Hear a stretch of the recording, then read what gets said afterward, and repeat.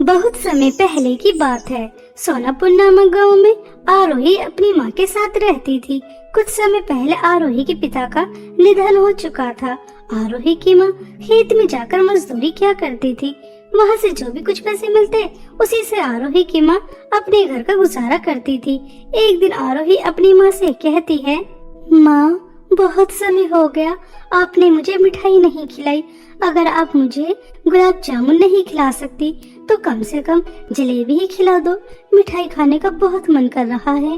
मेरी प्यारी बच्ची, तुम्हें घर के हालात पता तो है। खेतों में मजदूरी करके चंद ही रुपये मिलते हैं, जिससे घर का खर्च चलाना और तुम्हारे स्कूल की फीस जमा करना मेरे लिए बहुत मुश्किल हो जाता है। लेकिन मेरी प्यारी बच्ची, तुम चिंता मत करो, मैं तुम्हें इस महीने के अंदर अंदर जलेबी जरूर खिलाऊंगी। थोड़ा इंतजार करो। आरोही बहुत समझदार थी। उसे अपनी गरीबी का बहुत अच्छे से पता था, इसलिए वह अपनी माँ से कम ही जिद किया करती थी। आरोही अपनी दोस्त काव्या के पास जाती है। काव्या आरोही के ही स्कूल में पढ़ती थी, लेकिन वह बहुत अमीर थी। आरोही काव्या के घर जाकर देखती है तो वहाँ पर नए नए तरह के बहुत सारे खिलौने, बहुत सारी मिठाइयाँ और बहुत सारे अच्छे अच्छे कपड़े रखे थे, जिन्हें देखकर आरोही की आंखें खुली की खुली रह जाती हैं। तभी काव्या आरोही से कहती है, आरोही अपना मुंह बंद रखो, तुम मेरी इतनी सारी चीजों को देखकर नजर तो मत लगाओ। वैसे आरोही, तुमने कभी अपने सपनों में भी इतनी सारी चीजें नहीं देखी होंगी, और देखो मेरे पास सब कुछ, ये सब सच में है। मेरी जिंदगी कितनी अच्छी है और तुम्हारी जिंदगी कैसी है? सच में काव्या, तुम्हारे पास तो कितना कुछ है। काव्या, ये सुंदर वाली डॉल मुझे दिखाओ ना, मैं थोड़ी देर इसके साथ खेलना चाहती हूँ। नहीं, मैं तुझे अपना एक खिलौना नहीं दिखाऊंगी। मम्मी ने मुझसे मना किया है कि अपनी महंगी महंगी चीजें किसी को दिखानी नहीं चाहिए।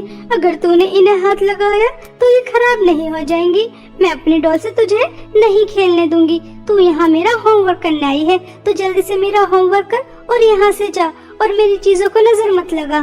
काव्या, तुमने मुझे अपनी दोस्त सिर्फ इसलिए ही बनाया है कि मैं तुम्हारा होमवर्क करूं। दोस्त तो ऐसे होते हैं, जो चीज मेरी वो चीज तुम्हारी, जो चीज तुम्हारी वो चीज मेरी, ऐसा ही तो होता है। और तुम मुझे अपनी एक भी चीज को हाथ नहीं लगाने देती, फिर ये कैसी दोस्ती? आरोही, तू कितनी गरीब है। स्कूल में तुझसे कोई दोस्ती करना पसंद नहीं करता। पूरे स्कूल में सिर्फ एक मैं ही हूँ जो तेरे से बात करती हूँ। अगर तू ये चाहती है कि मैं भी तेरे से बात करना बंद कर दूँ तो चल यहाँ से, मैं अपना होमवर्क खुद कर लूंगी। नहीं नहीं काव्या, तुम मुझसे बात करना बंद मत करना। एक तुम ही तो हो जो तुम मुझसे बात करती हो, वरना मेरी गरीबी की वजह से कोई मुझे अपने पास बिठाना भी पसंद नहीं करता। मैं अभी तुम्हारा होमवर्क कर देती हूँ। ऐसा कहकर बेचारी आरोही काव्या का होमवर्क करती है और काव्या अपने खिलौनों के साथ खेलती है, मिठाइयाँ खाती है। दूर बैठी आरोही यह सब देखकर बहुत ललचाती है, लेकिन बेचारी क्या कर सकती थी, उसके हाथ में कुछ भी नहीं था। वह गरीब थी, उसकी किस्मत काव्या की तरह नहीं थी। वह नए नए खिलौनों के साथ नहीं खेल सकती, अच्छे अच्छे कपड़े नहीं पहन सकती, अपनी पसंद की मिठाइयाँ नहीं खा सकती। आरोही काव्या का होमवर्क कर कर घर वापस आ जाती है और घर आकर बहुत रोती है और अपनी माँ से कहती है, माँ, हम गरीब क्यों हैं? हमारी किस्मत और जैसे क्यों नहीं है? माँ, आपको पता है काव्या मुझे अपनी दोस्त नहीं मानती। वो तो बस अपना होमवर्क कराने के लिए मुझसे बात करती है, लेकिन मैं तो उसे अपनी सच्ची दोस्त मानती हूँ। हम गरीबों के साथ ऐसा ही क्यों होता है कि हमें उनसे बात करने के लिए उनकी गुलामी करनी पड़ती है? माँ, ऐसी जिंदगी का मैं क्या करूँ? आरोही बेटा, चुप हो जाओ। लगता है आज काव्या ने तुम्हें तुम्हारी जगह बता दी, इसलिए तुम्हें इतना दर्द हो रहा है। कोई बात नहीं बेटा, तुम एक दिन देखना, हमारे भी दिन बदल जाएंगे। ऐसा कहकर आरोही की माँ आरोही को दिलासा देती है। ऐसे ही कुछ दिन बीत जाते हैं और एक दिन आरोही की माँ आरोही को स्कूल जाते समय 50 रुपए देकर उससे कहती है कि वह बाहर से अपनी पसंद की मिठाई खरीद कर खा ले। यह सुनकर आरोही बहुत खुश हो जाती है और वह अपनी माँ से कहती है, माँ, आज आप मुझे 50 रुपए दे रही हैं मिठाई खाने के लिए। मैं अपने लिए 2 गुलाब जामुन और आपके लिए सोन पापड़ी लेकर आऊंगी। मुझे पता है आपको सोन पापड़ी बहुत पसंद है। ऐसा कहकर आरोही खुशी खुशी स्कूल चली जाती है और स्कूल में मन लगाकर पढ़ाई करती है। और स्कूल की छुट्टी हो जाने के बाद काव्या के साथ घर आ रही थी। तभी काव्या से आरोही कहती है, काव्या तुम्हें पता है आज माँ ने मुझे 50 रुपए दिए हैं अपनी पसंद की मिठाई खाने के लिए। मैं बहुत खुश हूँ। आज मैं अपने लिए गुलाब जामुन लेकर जाऊंगी। तुम गरीबों की भी क्या औकात होती है। तुम 50 रुपए के लिए कितना खुश होते हो और यहाँ मेरे बैंक में 50-50 लाख रुपए पड़े रहते हैं, फिर भी मुझे इतनी ज्यादा खुशी नहीं होती। ऐसा कहकर काव्या आरोही का बहुत मजाक उड़ाती है, उस पर बहुत हंसती है। तभी वहाँ पर 2 छोटे छोटे बच्चे आते हैं। दीदी दीदी हमारी मदद करो, हमें कुछ पैसे दे दो, हमें पैसों की बहुत जरूरत है। बहुत समय हो गया हम दोनों भाई बहन ने कुछ नहीं खाया। छी छी दूर हटो, यहाँ से दूर हो जाओ। तुम्हारे अंदर से कितनी बदबू आ रही है, लगता है सालों से नहाए नहीं हो। चलो दूर हटो यहाँ से। हम क्या तुम्हारी मदद करने वाले नजर आ रहे हैं? हम तुम्हारी कोई मदद नहीं करेंगे। पता नहीं कहाँ से आ जाते हैं भिखारी बच्चे। तुम्हारे माँ बाप कहाँ हैं? लगता है उन्होंने तुम्हें भीख मांगने के लिए बाहर निकाल दिया। जाओ यहाँ से। आ जाते हैं भिखारी लोग। दीदी आप ही हमारी मदद कर दो, बहुत भूख लगी है। दोनों बच्चों की ये हालत देखकर आरोही को उनके ऊपर बहुत दया आती है और वह उन दोनों बच्चों को 50 रुपए निकाल कर देती है और उनसे कहती है, ये लो प्यारे बच्चों, मेरे पास सिर्फ 50 रुपए ही है। मैं तुम्हारी सिर्फ इतनी ही मदद कर सकती हूँ। ऐसा कहकर आरोही उन बच्चों से बहुत प्यार से बात करती है। तभी वह दोनों बच्चे सुंदर परी में बदल जाते हैं। परी को देखकर आरोही और काव्या दोनों ही चौंक जाती हैं। तभी परी आरोही से कहती है, आरोही तुम बहुत अच्छी हो, तुम्हारा दिल बहुत बड़ा है। तुम्हारे पास सिर्फ 50 रुपए ही थे और वह भी पैसे तुमने गरीब बच्चों को दे दिए। हमें तुम जैसी ही लड़की की तलाश थी। हम बहुत दिनों से एक ऐसी ही लड़की की तलाश कर रहे थे। और काव्या तुम बहुत बुरी हो। तुम्हारे पास कितनी सारी धन दौलत है, लेकिन उस धन दौलत का क्या फायदा जो वह दूसरों के काम न आ सके। आरोही तुम हमारे साथ जादू चांद की दुनिया में चलोगी।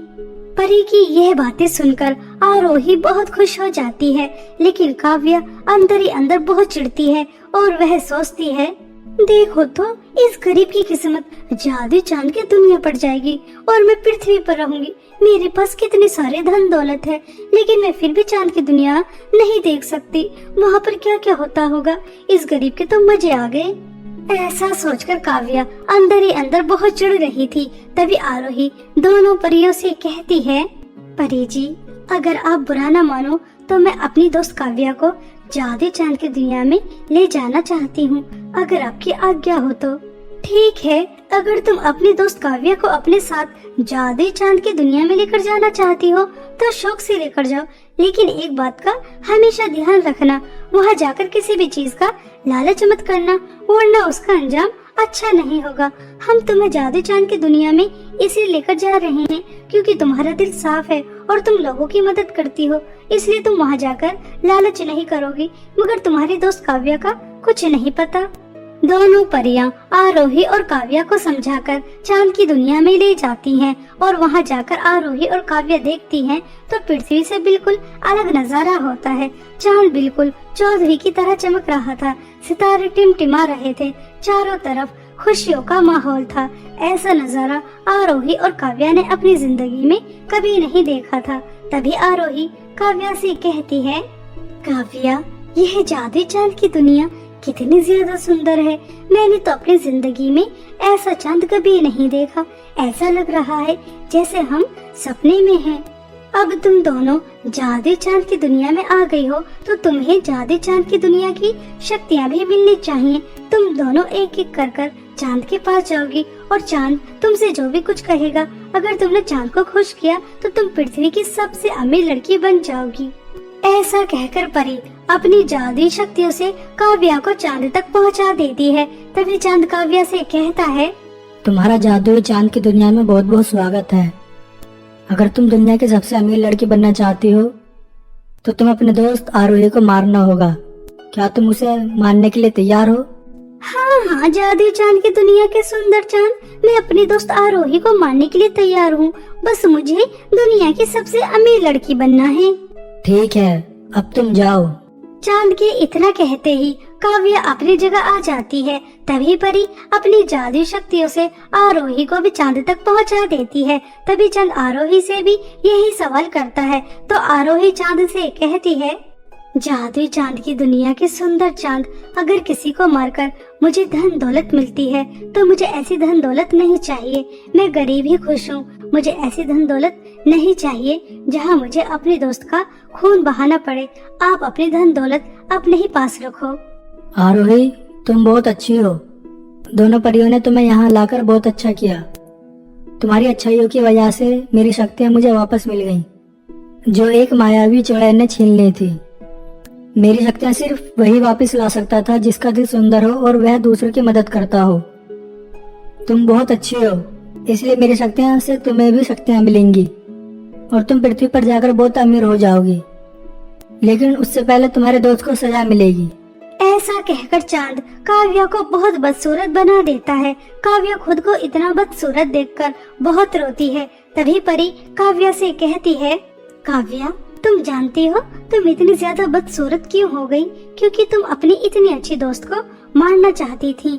आरोही ने तुम्हें मारने से मना कर दिया। उसने धन दौलत का लालच नहीं किया, उसके पास कुछ भी नहीं था और तुम्हारे पास इतना सब कुछ था, फिर भी तुमने धन दौलत का लालच किया। पृथ्वी पर जाकर आरोही बहुत अमीर हो जाएगी और तुम बिल्कुल गरीब हो जाओगी। परी की यह बातें सुनकर काव्या और भी ज्यादा रोती है। उसे अपने किए पर बहुत पछतावा होता है और वह आरोही से माफी मांगती है। आरोही, मेरी प्यारी दोस्त, मुझे माफ कर दो। मैंने हमेशा तुम्हारी गरीबी का मजाक उड़ाया और आज तो मैं तुम्हें मारने तक के लिए भी तैयार हो गई।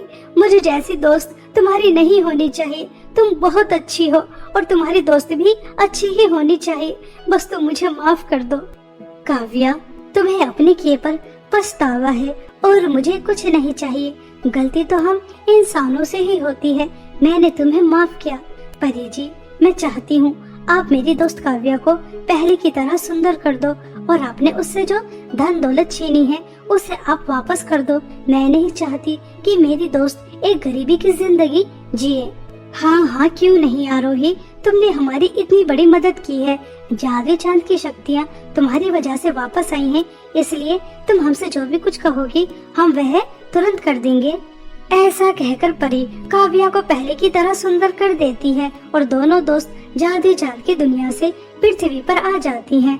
आरोही के पास अद्भुत शक्तियाँ थी और वह घर आकर अपनी माँ को सब बताती है। यह सुनकर आरोही की माँ बहुत खुश हो जाती है। अब आरोही अपनी शक्तियों की मदद से बहुत अमीर हो जाती है और अपने साथ साथ गरीब और अनाथ बच्चों की बहुत मदद करती है और काव्या भी आरोही के साथ उसकी मदद करती है। अब दोनों दोस्त एक साथ सच्ची दोस्ती निभाती हैं और खुश रहती हैं। इसी तरह आरोही जादुई चांद की दुनिया की शक्ति की वजह से एक हंसी खुशी जीवन बिताती है। एक बार की बात है, उदयपुर नामक गांव में 3 बहनें नैना, सुनैना और जूही अपनी विधवा माँ अर्चना के साथ रहा करती थी। कुछ समय पहले ही अर्चना के पति की एक सड़क हादसे में मृत्यु हो जाती है। अर्चना के लिए अपनी 3 बेटियों का पालन पोषण करना बहुत ज्यादा मुश्किल हो रहा था, इसलिए वह ज्यादा से ज्यादा काम करती ताकि वह अपनी 3 बेटियों को एक साधारण जीवन दे सके। नैना, सुनैना, उन्हें घर के हालातों से कोई मतलब नहीं था। उन्हें पार्टी करना, दोस्तों के साथ घूमना, यही उनका शौक था। इसके लिए चाहे उन्हें अपनी माँ से झूठ भी क्यों न बोलना पड़ जाए। और वहीं दूसरी तरफ जूही, वह बहुत ही सीधी सादी लड़की थी। वह अपनी माँ के साथ कामों में हाथ बटाती, उनका ज्यादा खर्चा भी नहीं कराती थी। ऐसे ही एक दिन सुनैना अपनी माँ से कहती है, मम्मी जल्दी से आप मुझे 1000 रुपए दे दीजिए। नैना और मुझे एक प्रोजेक्ट पर काम करना है। नैना और सुनैना, यह क्या, कभी प्रोजेक्ट के लिए कभी किसी के लिए रोजाना तुम माँ से पैसे मांगती रहती हो। मैं भी तो तुम्हारे ही स्कूल में पढ़ती हूँ, लेकिन मुझे तो इतने पैसों की कभी जरूरत नहीं पड़ती। मेरे तो इतने ज्यादा प्रोजेक्ट नहीं बनते। तू हमें मम्मी के सामने झूठा बना रही है। तुझे क्या लगता है कि हम झूठ बोलकर मम्मी से पैसे लेकर जा रहे हैं? अगर मम्मी तुझसे ज्यादा प्यार करती है तो इसका मतलब ये नहीं कि तू मम्मी से हमारे बारे में झूठ बोलेगी। नैना सुनैना, यह गलत बात है। अपनी बड़ी बहन से भला कोई इस तरह से बात करता है जैसे तुम करती हो? बेचारी सीधी सादी है, इसका यह तो मतलब नहीं तुम्हारा जब दिल चाहेगा इसकी इंसल्ट करोगी। तुम्हें ऐसा नहीं करना चाहिए। चलो इससे माफी मांगो। और आज मैं तुम्हें पैसे नहीं दे सकती।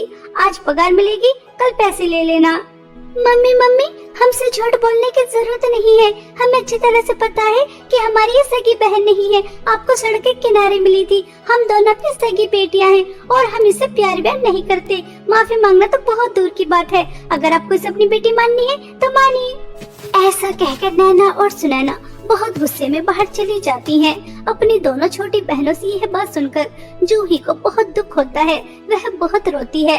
अर्चना भी काम करने चली जाती है और वहां जाकर पूरे घर का काम करती है।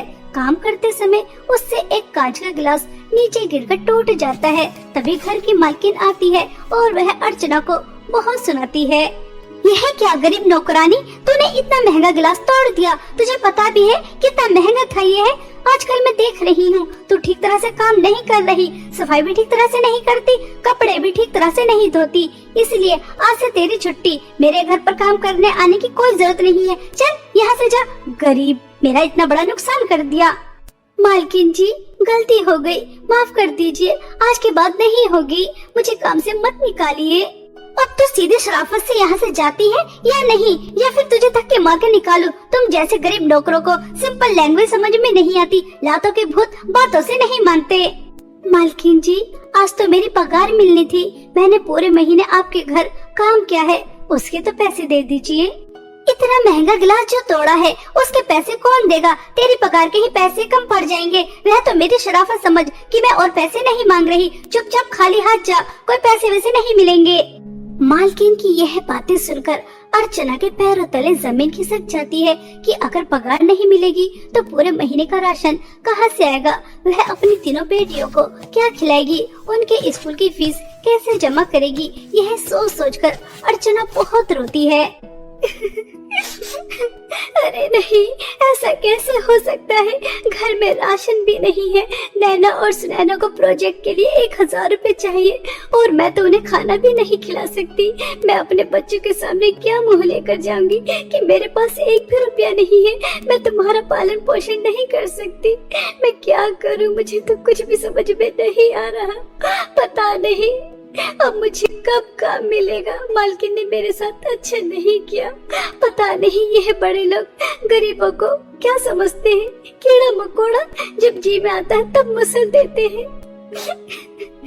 इस तरह से अर्चना बहुत रो रही थी कि तभी सामने से एक ट्रक आता है और अर्चना को टक्कर मारकर चला जाता है।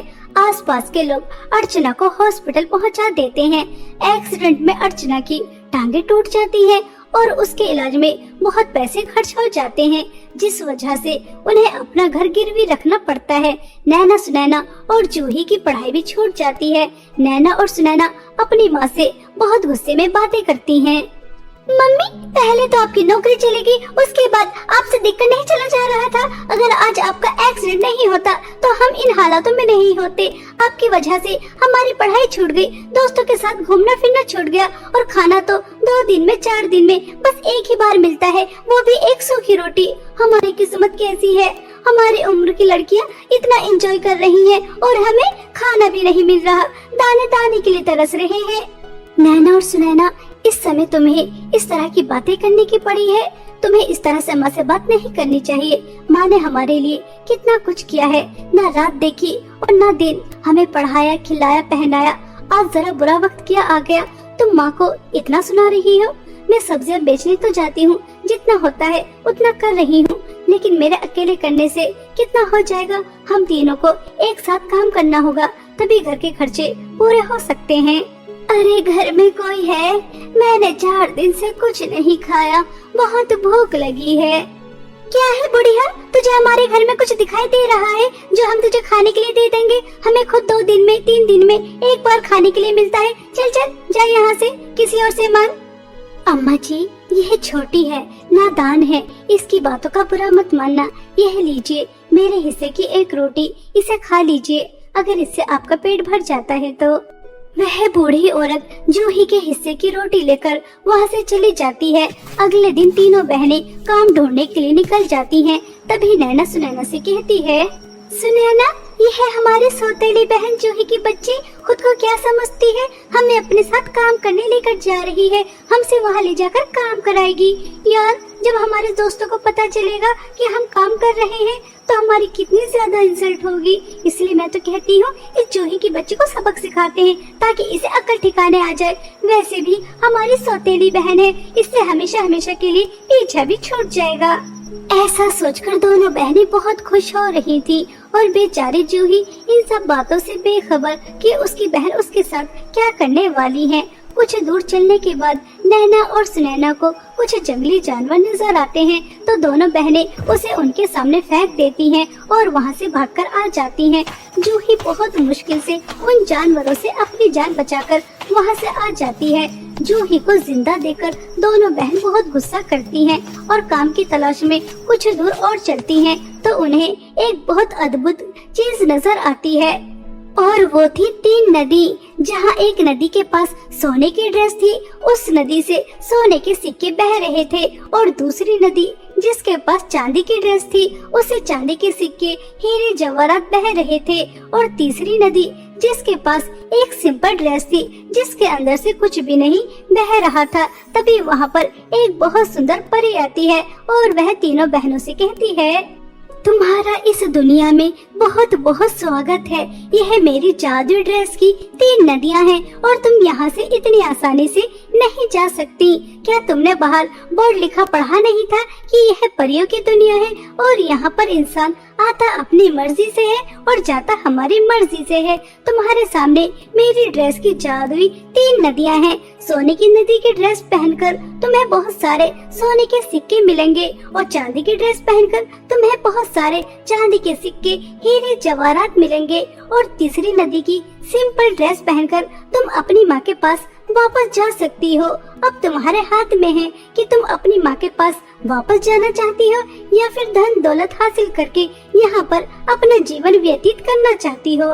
मुझे नहीं जाना अपनी बीमार माँ के पास, और वैसे भी वहाँ जाकर गरीबी में मैं क्या करूँगी। मैं तो सोने की ड्रेस पहनकर बहुत सारी धन दौलत लेकर अपनी ऐश की जिंदगी बिताऊंगी। हाँ हाँ, सारी जिंदगी तो पाई पाई के लिए तरसते आ रहे हैं और अब अपनी माँ की वजह से इतनी सारी धन दौलत छोड़ दे। मैं भी नहीं जाऊंगी, मैं भी चांदी की ड्रेस पहनकर हंसी खुशी अपना जीवन बिताऊंगी। परी जी, मुझे आपकी नदी की सिंपल ड्रेस चाहिए ताकि उसे पहनकर मैं अपनी बीमार माँ के पास जा सकूं। मुझे आपकी धन दौलत का लालच नहीं है। मेरी माँ ही मेरी सबसे बड़ी धन दौलत है। मेरी माँ के बिना इस संसार की सारी धन दौलत भी मेरे लिए कुछ भी नहीं, और अगर मेरे साथ मेरी माँ है तो इस संसार की सारी धन दौलत मेरे पास है। नैना और सुनैना, तुम धन दौलत का लालच कर बहुत गलत कर रही हो, क्योंकि लालच बहुत बुरी बला होती है। ये तुम्हें कहीं का भी नहीं रहने देती। इसलिए अभी भी समय है, माँ के पास चलो।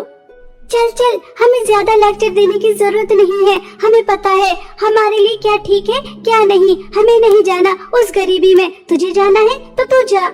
जूही अपनी दोनों बहनों को बहुत समझाती है लेकिन वह उसकी एक नहीं सुनती और परी अपनी नदी की तीनों बहनों को एक एक ड्रेस दे देती है। नैना और सुनैना जैसे ही सोने और चांदी की ड्रेस पहनती है तो वह एक अलग ही दुनिया में पहुंच जाती हैं, जहां पर उन्हें जाकर बहुत ज्यादा काम करना पड़ता है। और जूही सिंपल ड्रेस पहनकर अपनी माँ के पास आ जाती है, लेकिन उसके घर जाते ही धन दौलत का अंबार लग जाता है। यह देखकर जूही चौंक जाती है। तभी उसके पास परी आती है और वह जूही से कहती है, जूही, तुम्हें हैरान होकर देखने की जरूरत नहीं है। तुम्हें तुम्हारे अच्छे स्वभाव का फल मिला है। तुमने लालच नहीं किया, धन दौलत और माँ में से माँ को चुना, जिसकी वजह से तुम्हें तुम्हारी माँ और इतनी सारी धन दौलत मिली है और तुम्हारी दोनों बहनों को उनके लालच का फल मिल गया है।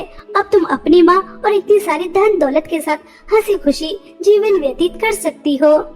यह सुनकर जूही खुश हो जाती है और वह इतने सारे पैसों से अपने लिए एक घर लेती है और अपनी माँ का इलाज बहुत अच्छे हॉस्पिटल में कराती है और दोनों माँ बेटी हंसी खुशी रहती हैं। और वहीं दूसरी तरफ नैना और सुनैना के हाथ कुछ भी नहीं लगता, ना ही धन दौलत और ना ही माँ, और वह नौकरानी से भी बदतर अपनी जिंदगी व्यतीत करती हैं। इसलिए हमें कभी भी किसी भी चीज का लालच नहीं करना चाहिए।